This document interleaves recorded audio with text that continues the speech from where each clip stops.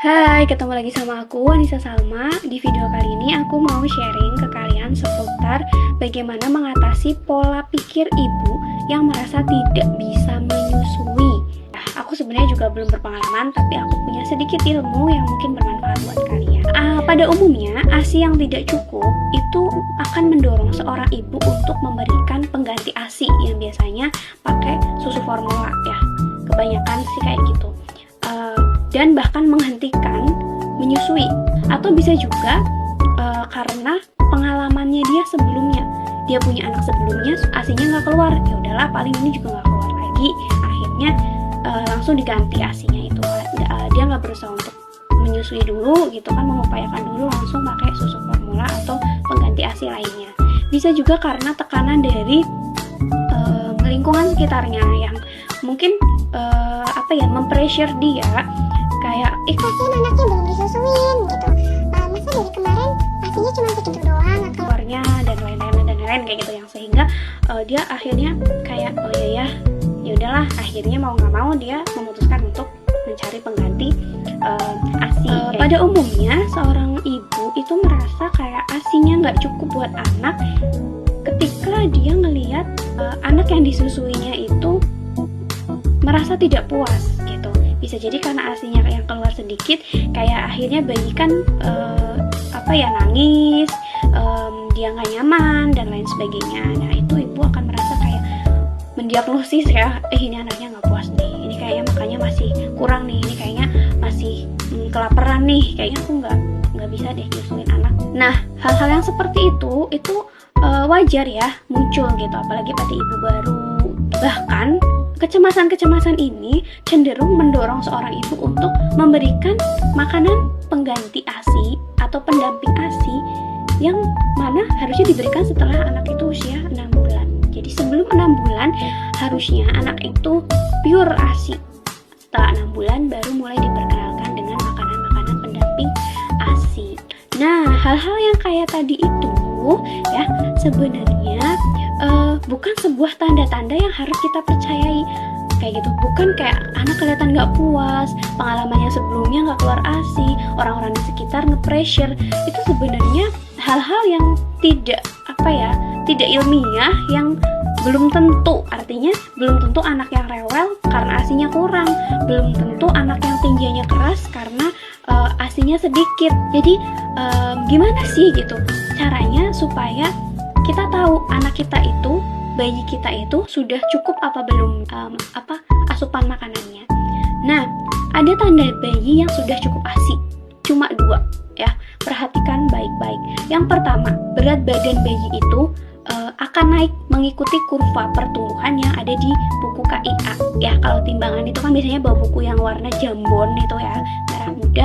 Nah di situ tuh pertumbuhan kurvanya itu naik, itu menandakan bahwa bayinya itu sudah cukup ASI. Yang kedua adalah bayi itu pipis minimalnya 6 kali dalam 1 hari, itu setelah usia 1 minggu ya. Jadi habis dia umur seminggu, dia minimal pipisnya harus sehari 6 kali. Kalau sehari belum 6 kali, bisa jadi mungkin ada faktor yang menyebabkan asupannya berkurang. 2 tanda itu bisa dijadikan patokan nih buat para ibu, para momi-momi ya, dalam menyusui anaknya. Bukan berarti ASI yang kita keluarkan sedikit, ASI yang dia konsumsi anak itu cuma sedikit sehingga dia tidak tercukupi ASInya. Padahal di grafik KIA-nya dia itu naik, pertumbuhannya itu naik. Ya udah, berarti dia sebenarnya normal gitu. ASI yang kita keluarkan, ASI yang kita berikan ke anak ya sudah cukup sebenarnya, walaupun tidak yang berlimpah. Dan tahu nggak sih mom, kayak ASI semakin sering untuk disusukan kepada anak, semakin sering anak itu menyusu, ASInya kan semakin banyak. Beneran deh, kalau nggak percaya coba. Jadi kayak aku juga dapat ada ilmiahnya, dan aku diceritain juga sama ibuku, sama orang-orang yang udah pada menyusui gitu.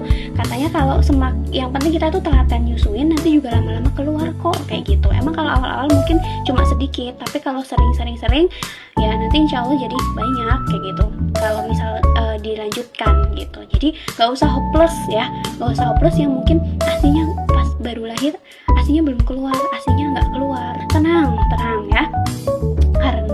sebenarnya anak ketika lahir dia itu sudah membawa cadangan makanan pas dia di dalam kandungan, ya dia kan makan melalui plasenta itu kan. Nah itu sebenarnya masih ada cadangannya sampai 3 hari. Jadi sebenarnya kalau 3 hari bayi itu belum menyusu itu nggak apa-apa, karena tahu nggak, bayi itu lambungnya masih kecil gitu. Jadi kayak mau dikasih minum seberapa banyak, mau dikasih susu seberapa banyak sih, sedangkan lambungnya yang untuk menampung makanan itu kecil banget. Bahkan waktu itu aku pernah belajar itu masih sekecil kelereng atau bola bekel kayak gitu, kecil banget kan gitu. Jadi ya wajar kalau misal ASI yang awal-awal keluar itu masih sedikit menurutku. Dan itu kayak ya Tuhan pasti memberikan sesuatu ke kita, include dengan penyelesaiannya kayak gitu. Nggak mungkin kita dikasih masalah tapi nggak ada penyelesaiannya, atau misalnya kita dikasih anak tapi nggak tahu nggak dikasih cara gimana anak itu bertumbuh. Jadi nggak apa-apa kalau masih keluar sedikit, masih belum keluar. Yang penting itu telaten untuk memberikan ASI kepada anak. Walaupun masih sedikit, ya memang kebutuhan anak itu masih bayi ya masih sedikit lah memang ya makannya gitu. Jadi sebisa mungkin sebelum usia 6 bulan kalau bisa jangan diberikan makanan selain ASI, apalagi yang ASI pertama keluar ya, atau namanya kolostrum ya, itu jangan sampai dilewatkan. Itu karena penting banget buat daya tahan tubuh si bayi.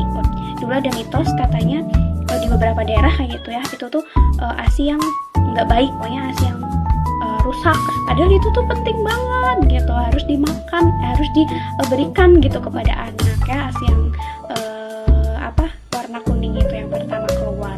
Itu ya sedikit knowledge yang aku tahu terkait dengan menyusui.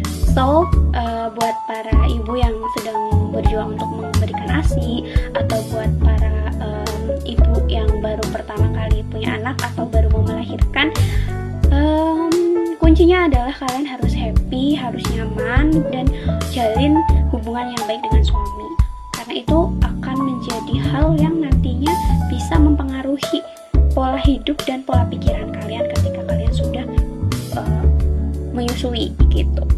Jadi kuncinya biar produksi susunya jadi banyak harus happy ya, harus nyaman, harus happy. Semangat ya, karena anak yang kamu keluarkan itu, anak kamu itu adalah a part of ya tanggung jawab ya, karena kamu sudah memutuskan untuk punya anak ya. Salah satu resikonya adalah kamu harus memberikan menyusui. Sekian dari aku, semoga bisa diambil hal baiknya. Wabillahi taufiq wal hidayah. Wassalamualaikum warahmatullahi wabarakatuh.